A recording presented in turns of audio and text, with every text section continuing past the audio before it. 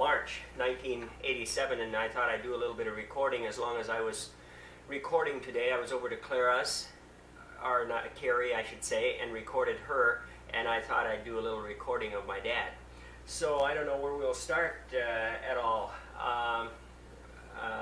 Let's go back to the early days. Talk a little bit about World War I. First of all, you're in an organization now, and what's that called? World War I Veterans Barracks at Fargo. Mm-hmm. Who's kind of the leader of that? Well, it's a Floyd Henderson. He's a quartermaster or whatever it is. Mm-hmm. And of that post now, but he used to be national commander of the post. Yeah. National commander of the whole organization. He was in Washington there for a year or two. Mm-hmm. Yeah, I know he has a lot to running it. He isn't the president right now of it, or the commander of it, but he is quite active in that organization, and he travels a lot, doesn't he? Yeah, he's goes to Washington once in a while, all over the state of North Dakota and well, other states too. Yeah, I think, what was it? He was going someplace the last time we were there. Yeah, he was going to Washington, D.C. Yeah, he's on some kind of a committee, something to preserve the rights of the World War I veterans, isn't it? Yeah. Yeah. Well, anyway, what was one of the items that they were dealing with during the last meeting? Well, it wasn't much, only the membership. They want to get them so they have life members only. Right. They wanted them all to join that kind of life membership deal. And they passed that. It sounds like that's going to be. Yeah, sure. Otherwise, I don't know what the dues have been per year. Only $5 a year. It isn't that much, but No. still, you eliminate a lot of paperwork and that for guys like Floyd Henderson and those that are dealing with the membership cards and the dues and all this and that. Yeah, that's about it. Yeah. Now, the meetings are held how often? Once a month, the third Sunday of the month at 1 o'clock or 2 o'clock. Uh-huh. Oh, what's the average age of a World War I veteran right now? This is the 2nd of March, 1987 that we're doing this talking, if I didn't mention it already. Average age is 91. 91. Do you know the names of some of the people that are in the group that you're there now? I don't really know all their names. I've heard their names, but I don't remember them. Uh-huh. There's only Henderson and I don't remember the others. Sinner. Right. Mm-hmm. He's an uncle of the governor of North Dakota. Yeah. Right. And then, of course, it's Gilman Hansen up at Tun Valley. He belongs there, too. Mm-hmm. And Eddie Moen out Sure. there in the country. And They're members, but we don't see them at the meetings yeah, very often. they're not at the meeting. Yeah, there's a druggist from up at Fertile that comes too once in a while. Yeah, it's, I forget his name now. I got his card, too. Mm-hmm. He used to be a druggist at Fertile. He knows quite a few. He knows Johnny Johnson's and his family, Mm-hmm. because they used to be from Fertile. Sure. And Tangens, he used to talk about them too. Ovi Tangen and us. He was a druggist, Let's talk about World War I now. Some of this we've taped before, but I'm not sure what questions I've asked before and all that. So even if we repeat some of it, it isn't going to make a whole lot of difference. Let's talk about World War I. You were drafted when you were out in Montana. Yeah. Or you went in from there? I registered in Montana Sure. in 1917. And then you left for the service from? From Minnesota. I went back to Minnesota then for Christmas in 1917. And I never went back again, and then I got drafted that spring. Mm-hmm. Okay. 1918. Where did you have your basic training? Camp Wadsworth, South Carolina. Okay, and then from there you headed for where to take off for overseas? Newport News, Virginia, Camp Stewart, And where did you land? Brest, France. Brest, France, on the west coast of France. I didn't get over there this summer when I was there. I saw where it was. I could have taken a train there, but then while you were at Brest, France, what did you do? We only stayed there just a few days, Uh-huh. and then we got on a train for the front from there. Sure. And where was the front? That was the Argonne Forest, you know, we went to the Argonne Forest. Argonne Drive. Where's that located in France? Well, that would be around Verdun, Uh-huh. and I don't remember those towns in there now, but Montfaucon was, we was in there, and we was in different small town. We moved so many times in there that as the war was going on, you know, we had to move up. I see. Because we was working on the roads then between the artillery and the infantry. For the artillery to get up with their big cannons, you know. Sure. So we was Was when you got over there after basic training, did you have any more training before you went to the front? no. Okay. And then what type of work did you do when you were at the front? Oh, we fixed roads, built roads, and built temporary bridges and repaired bridges. Engineers. Okay, how did they work that? Was there much fighting at night?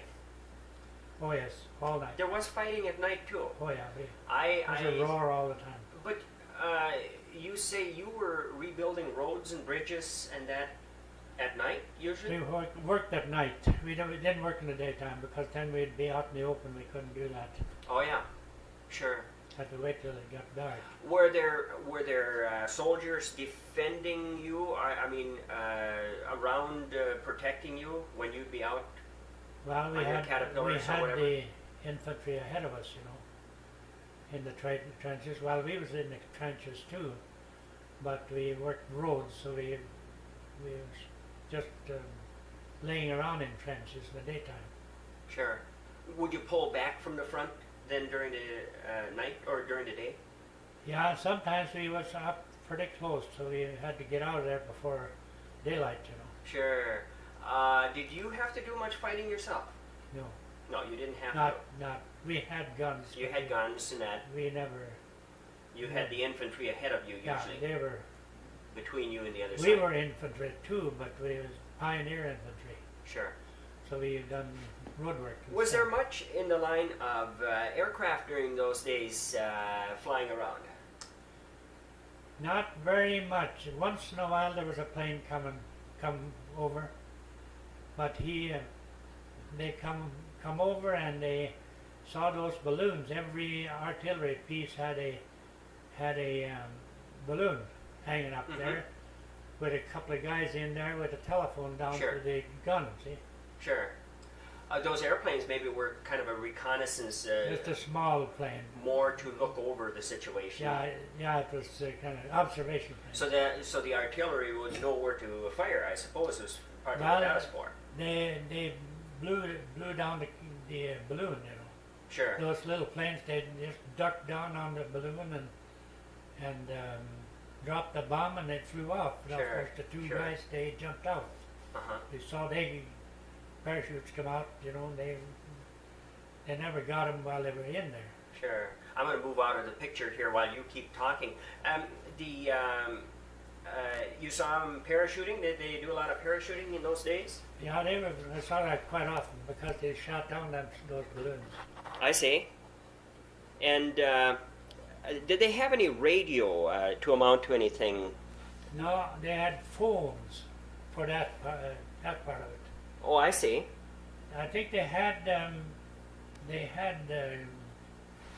CW, you know, or radio code, I see. but they didn't have radio yet. Uh-huh. No pictures Sure. either. Okay. What kind of other vehicles did they have? Much in the line of army jeeps and They didn't have jeeps them days. No, how did people get around? walk. Walking? Was there much in the line of cavalry? Yeah, there was both cavalry. Yeah, cavalry, horse, yeah. There's Sure. quite a few of them. Yeah. Quite a few of them. And artillery there. What did they use them for mostly? I don't know. I suppose they had use for them, but I don't know. I didn't see much of it there. Yeah. I suppose they used horses to pull maybe like Oh yeah, big guns. big guns and stuff. They used horses. And that. They had horses to pull guns, and then they had big tanks to pull guns too. You know, big Sure, tractors. sure. Okay, then you were there until the war ended. Yeah. And then what did you do at that point in time? Well, then we laid around for a while and assembled our outfit, Mm-hmm. and then we walked to Germany. Sure. Started out from Germany. That was quite a few miles. Yeah. How we many walked- days did it take? We walked for about a week. About a week. And where did you end up in Germany? Koblenz, Germany. Uh-huh. What type of work did you do while you were in Koblenz? Mostly guard duty. We had charge of a big ammunition dump the first thing we'd come in there. Uh-huh. And then we took charge of that dump and put on guards all around on gates and all around that ammunition dump. And we had Germans in there unloading big shells. Sure. And then So we had to have guards on the gates then when they entered there and Sure. went out. Sure. Okay. So how long were you in Koblenz about? We was there, well, we wasn't in the same place all the time. This was at the ammunition dump, but we was then on the Rhine River in Ermitz. Uh-huh. Then we worked in Koblenz or out of Koblenz. Sure. We hauled out a bunch of German ammunition out of a big fort there Uh-huh. over the city. Sure. Hauled ammunition out of there onto a big bluff about 10 miles out of town. Sure. And every night then they blew up that hole full of ammunition, and we was about 10 miles away from it. After we got home, after we worked there all day, then they blew it up. Sure. But we could Blow it up at night? We could no. During the day? Shortly after we had. Sure. So we were home already, 10 Oh, yeah. miles away, but we heard that shot. Yeah. Then we knew it was all blown up. Quite fireworks.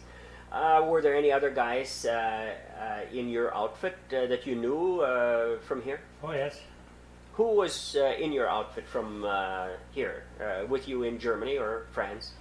Yeah, they were along all the while, you know. Carl Hansen from Ulan here, and Benny Hendrickson from Ulan, Evelyn out from Ulan here, and then it was Lee Perrier, and a few from Lake Park too. There's quite a few from around. Well, there was about 95% Minnesota guys in the regiment. So They all went in with you, yeah, and you stayed together pretty much. together all the time. Sure. Were there any other states in your outfit, or it was all Minnesota There people? was a few from New York. All the officers in the regiment was from New York and that area, because this used to be the New York 71st Infantry. That's what they were. Uh-huh. But then they filled it up and they called it the 54th Pioneer Infantry. when Sure. we got in there. Sure. So there was about 95% from Minnesota. There was a whole Minnesota draft in there. Oh yeah. Okay, you were then at Koblenz, and you were talking about the Rhine River and so forth. Now, when you got through with your duty there, where did you go from there? Well, then in June, or was it? No, this was in the spring. About in May, I think. Then I was got a furlough. A bunch of us from my company went on a 14-day leave I see. to southern France Uh-huh. for a kind of a furlough. Rest and recuperation. Yeah, R&R. and to this year rest area there. Uh-huh. Was it near the Mediterranean, down as far as the sea or anything? Well, it wasn't so far from Nice? Switzerland, you know. Oh, I see. Yes. We could see into Switzerland Sure. when we got up on the mountain. Okay, near Geneva, Switzerland, or over in that area. We could we looked through a Telescopes? telescope and we could see into the Alps mountains Oh, yes. in Switzerland. Sure. Okay, and then after you left there, where did you head then? Well, I was there for about 20 days, but I was in a hospital most of the time. While you were there? Yeah. Oh, But I got there and I'd been there about 2 or 3 days and I got the mumps. uh-huh. So I was put in the hospital. It was 3 of us in that ward, mumps ward, and we was there for about 20 days together. Sure. Finally, This was over on sort of the east coast of France, or east coast, not that. I mean, yeah, near the southern- border of Switzerland and France, yeah, it's that you were in southern- the hospital. Yeah, sure. Southeast Southern part of France. France. Southeast, yeah. Oh, okay, I've kind of misunderstood that all along. I kind of thought you were on the west coast of France and that, but that's where you're in the hospital on the. It's coast of Switzerland, you know. Yeah, the border there. Yeah. Right. Okay, I understand then. And then after that, then what happened after your hospital stay? Well, finally one day, we'd been there about 20 days, I guess. Finally one day we was called out to go to another hospital, yeah. Oh, I see. They took us across country there for about 100 miles to go to another hospital because they didn't know where to send us yet. How did they have you travel across country? By train or? By car, Model T ambulances, Okay. 2 of them. Okay, and then where did you go?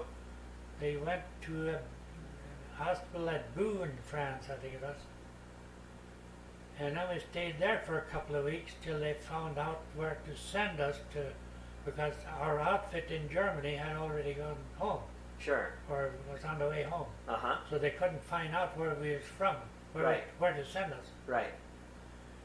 So they finally gave us an order to go to Saint Agnan, France. That was a kind of a assembly area for casualties, you know. Sure.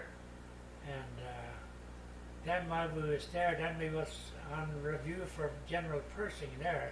Uh-huh. So you saw him. The whole camp, it's about 40,000 men. Did you get to see General Oh, Pershing? yes, yeah. Sure. Saw him there, and I saw him in Germany too once. Oh, yes.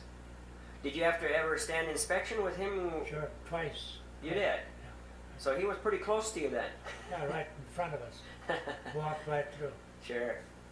Did he criticize you for dirty shoes or anything? Once in a while, he'd stop and talk to somebody, but not very often. No. Uh-huh. Well, I found that too. The higher the officer, the less problem you had with him. It was the first and second lieutenants who were still climbing who gave you the most problem. Yeah. Okay, then after that, you tried to join up with your outfit again, or they were on their way home? Well, from Saint Agnan, then they found out we was going to go to, they sent us to Saint Nazaire, that's the seaport. Sure. And we had to go through tours. There's 2 of us only then left. the one guy, there was three of us in the hospital.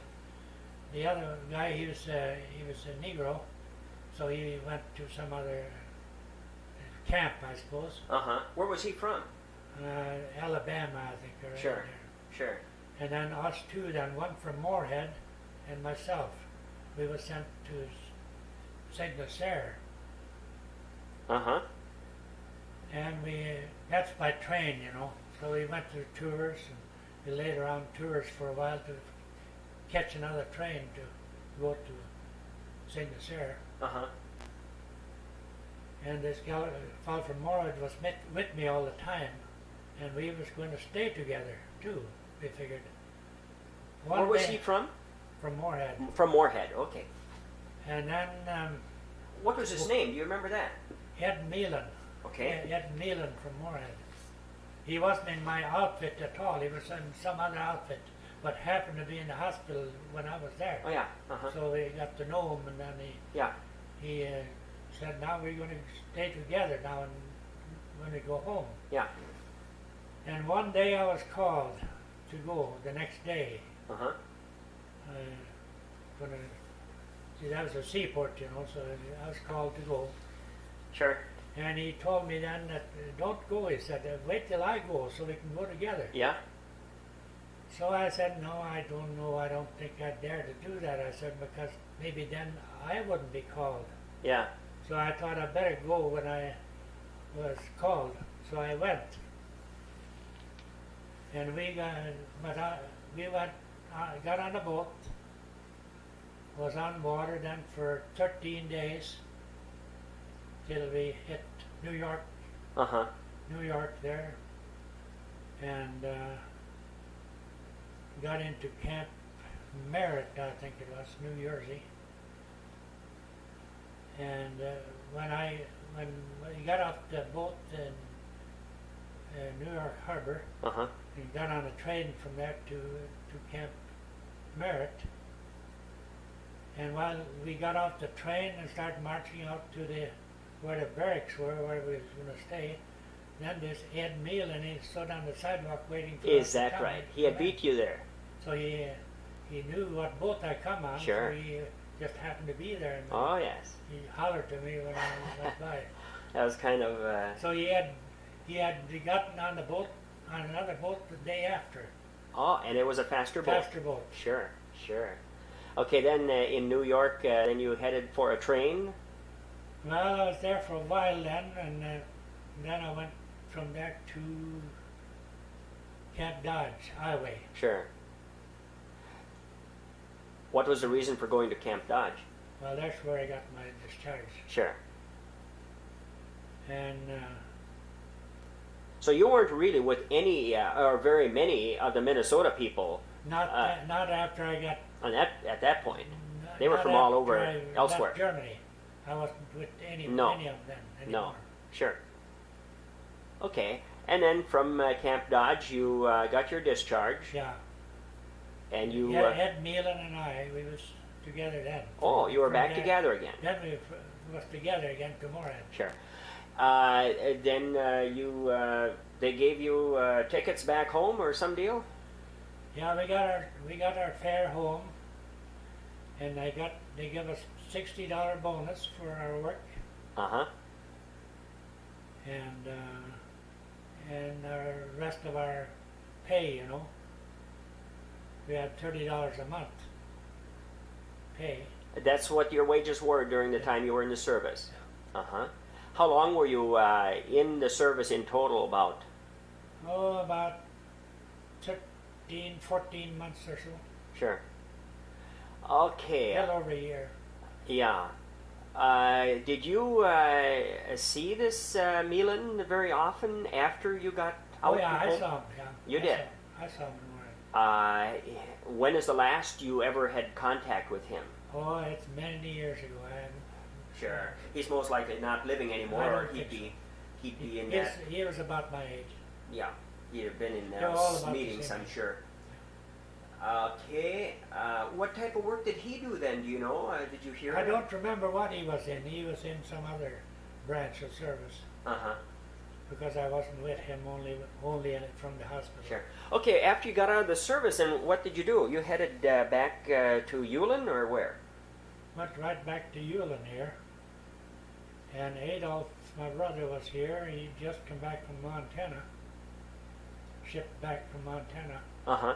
And so he didn't have a separator, so this was in the fall. Well, this would be in August, yeah. He come back about the 1st of August. Yeah. So then he said, well, if you want to buy a separator now, he said, I got an engine, so he'll go crashing. That's what we did that fall. Yeah. And right around here, or where? Around here, yeah. Oh, yeah. What kind of an engine and separator did you thrash with? It was a big 4 tractor. They're big outfit. Uh-huh. And big. So you moved around from farm to farm thrashing? Right around Ulen here. Sure. Did you have any other people working with you, or the farmer that would have you thrashing would just be hiring you, and he'd have his own bundle wagons and all that ready? Yeah, that's right. Okay, then after thrashing and that, did you do that for a few years that way, or? Oh yeah, quite a few years. And then we done grading in the summer. Road grading. Yeah, And what are some of the roads you were grading on? You were on number 10 there one time down by Buffalo Park, I believe. Yeah, Buffalo Park. That road into Buffalo Park, from number 10 into Buffalo Park there, underneath that viaduct. Yes. Underneath the railroad. Right. You That's- graded that. That's number 10. Before it was any tar road. Right. So what you would do is take your Caterpillar and swing around right up on number 10. Just pulled it up to number 10 and turned around on number 10 and went back again. You don't do that nowadays. No. Okay. And then you worked on a lot of other township roads and Yeah, we worked on county roads too? We've worked for Hawley and Riverton Township down there. Sure.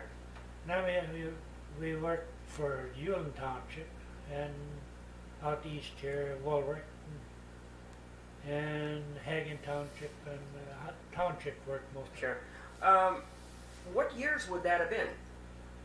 About? That was in the 20s. In the early 20s, Yeah. right after the war. Yeah. Okay. And then after, before, like 1927? 27, yeah. You, of course, remember when Lindbergh flew? Oh yeah. What do you remember about that? Oh, I don't remember. I remember before he was going to fly. That What- was in the year before, I think. We read in the paper about it. Was there a lot on TV? There was no TV then. Thought I'd catch you. Yeah, I know. So there was a lot in the papers and that. And I was in South Dakota when they were writing about it in the paper about Sure. him going to fly across the ocean. Was he When I trying? was here, the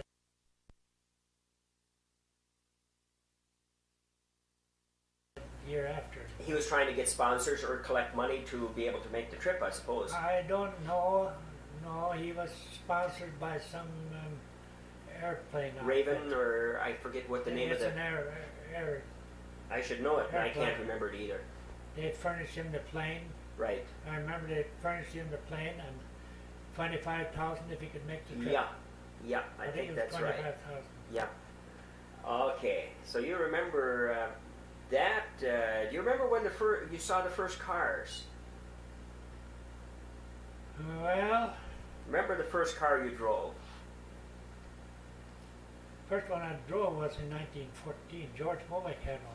Oh, you did. What kind was that? That was Ford Model T. That was a Model T.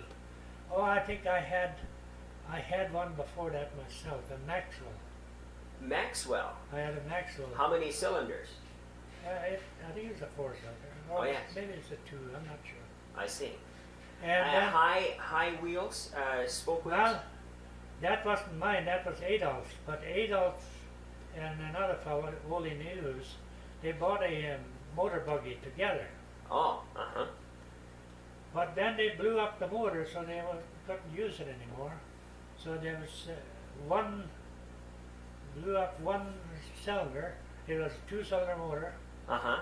so they blew up, so there's only one cylinder left then, so I kind of patched it up so I could start it and run on one cylinder. Sure. And I used to that, but I didn't go nowhere, but just to drive around the yard and that stuff. So. Sure. Okay. And then you drove George Mobeck's Model T. Model T. Well, we bought that from George. Oh, you did? He bought another car, so we bought that one. That was in 1914. That must have been about the first car he ever owned. Yeah, yeah. Had to be almost. Was George older or younger than you?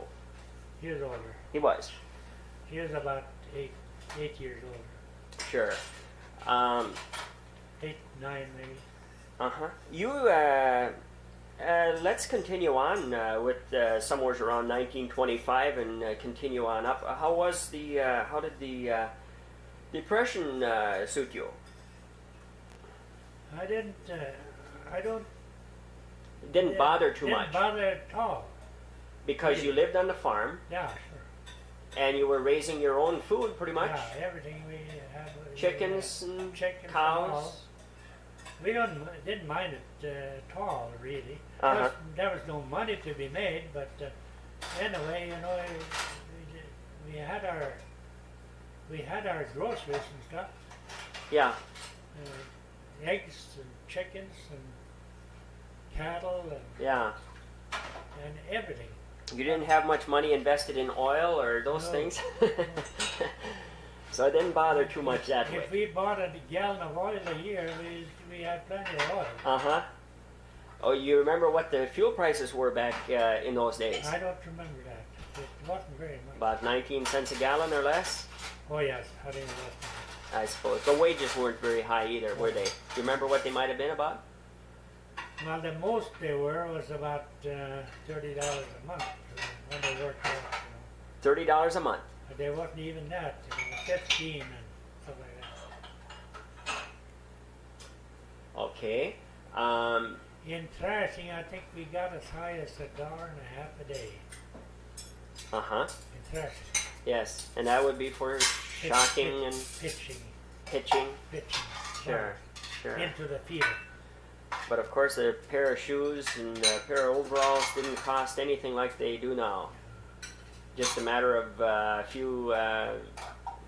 very few dollars. For a pair of shoes, maybe about a couple dollars or so. I'm just guessing. I don't know what they would have been. $1.50 and stuff like that. Sure. Okay, then during the early 30s, of course, you got married in 33? 34? 34. And then what did you do? You were living at the home place when you first got married. Well, I built the house on the 80. And what time did you do that? I don't remember. Well, I think... We built that house that summer. You was born in September. Oh yeah. Right, you That's built the that in summer. about 1937, the summer I think so. That's the one. of 37 most likely, and then you moved in after I was born. Yeah, it's a couple months you was. Okay. Then you started farming. How many acres were you farming when you were farming? Well, I was farming together with Harry and Charlie then to start with. Oh yeah.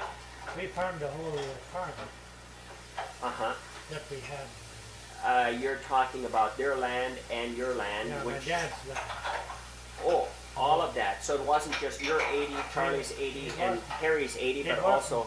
It wasn't all in field them days, you know. It was a lot of stuff that was wild hay too, Sure.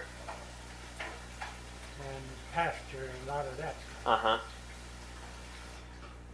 Yeah, then, so you were pretty much on your own after that as far as any farming in the 40s, early 40s and towards the mid-40s. But in the 20s, I went to 23. I went to South Dakota Yes, what did you do there? and worked for George Mowick in the elevator. Oh, was George working in the elevator in He South run the Dakota? elevator in South Dakota. Okay, I didn't realize So I it was worked South as Dakota. Second man for him there for 2 or 3 years, but then I was back here too a few times. I think about 1926 I come back here. And then, let's see, I don't remember what, well I went, then I think I went to work with Adolf. Uh-huh. On the Sure. trading. Sure. Okay, then, what did you do with Adolf? I missed that. Well, I was with him thrashing Grading. and I also grading. Grading, yeah. Okay. I think I can remember when Adolf was doing some grading, even. You started working for the June Grass Company. Yeah, I started for the junior company. Yeah, I was in the 30s, I think. Late 30s, I suppose. And then you worked with them until... I worked about 20 years with them, till I went to Detroit Lakes. Right. And you went to Detroit Lakes in about 1956. Yeah. Then at Detroit Lakes, what jobs did you have? Well, I worked for Hartman Hyde and Fur Company